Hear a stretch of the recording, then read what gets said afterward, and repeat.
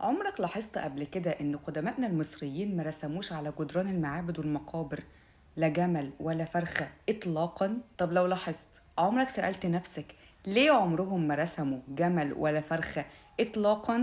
متأكدة إنه لأ. عمرك ما سألت نفسك لأنك عمرك ما خدت بالك أصلا. تعال أقولك السبب.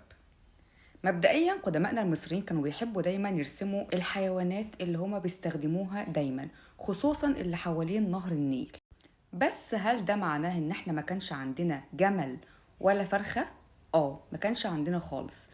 ويرجح ان الجمل ظهر في الحضارة المصرية في العصور المتأخرة، وكمان ما رسموهوش على جدران المعابد والمقابر. اول مرة نشوف رسمة او نحت صغير لجمل كان في بدايات عصر اليوناني الروماني. ولكن بالنسبة للفراخ، كلنا عارفين قصة الملك تحتمس الثالث. الملك تحتمس الثالث كان طالع كده بيتمشى ناحية بلاد الشام ورايح يطمن على المماليك التابعة ليه، لقاهم بياكلوا حاجة غريبة قوي. لقى كائن غريب كده، قال ايه ده؟ فسأل أهل البلد ايه اللي انتوا بتاكلوه ده؟ قالوا له ده طائر كسلان، احنا بناكلوه طعمه حلو. قال ماشي جربه، فلما جربه عجبه، قام جابه على مصر. تفتكروا المصريين تقبلوه؟ لا. في البداية عاملوا الفراخ معاملة طيور الزينة لأنهم لم يتقبلوها. هم متعودين على البط والوز والسمان والحمام والحاجات التقيلة بتاعتنا دي. إنما الفراخ كائن ضعيف هزيل، كسلان. ما كانوش عارفين يعني ياخدوا عليه.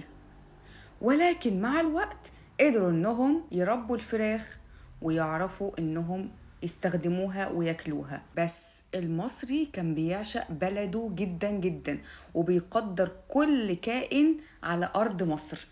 ايه اللي حصل بقى؟ قالك لا، الكائن ده مش مصري.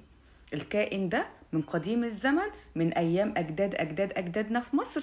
ما شفناش الكائن ده في مصر، اذا مش هنرسموه اطلاقا على جدران معابدنا ومقابرنا.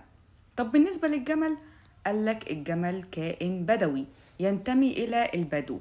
ولكن لما حتى ظهر في مصر القديمة في العصور المتأخرة برضه مرضوش يرسموه لأنه كائن بطيء. برغم ان هو بيعرف يعيش في الصحراء، وبرغم ان هو عنده قدرة تحمل رهيبة. وعلى فكرة انا سألت اصدقاء كتير من الاثريين قالوا لي ان يرجح انه كان موجود كمان في عصور متقدمة برضه، زي العصر الدولة الحديثة والعصور دي. ولكن المصريين برغم ان هو موجود ما حبوهوش. عشان كده عمركم ما تلاقوه مرسوم على اي جدارية ولا اي بردية، لا هو ولا الفراخ. هتقولي امال المصري كان بيستخدم ايه لما كان بيمشي في الصحراء؟ كان بيستخدم الحمير والحصنة. شفتوا بقى قد ايه المصري بيعشق بلده وبيعشق حتى المخلوقات اللي نشأ ولقاها في بلده. المصري عنده قوة ارتباط جامدة جدا جدا بأرضه، وعشان كده كان عنده تقديس لكل ما هو موجود على أرض مصر. كان بيعتقد إن ربنا سبحانه وتعالى تجلى على هذه الأرض، وأي كائن ربنا خلقه في مصر فهو عامله عشان بيحب أرض مصر. ولذلك المصري كان يقدر جدا جدا النقطة دي لحد وقتنا الحالي. لو حد فكر إنه يجي على أي حاجة في مصر، بتلاقي المصريين بيطلعوا بيبقوا هينهشوا في لحمه، لأن احنا مصر وبنحب بلدنا مصر.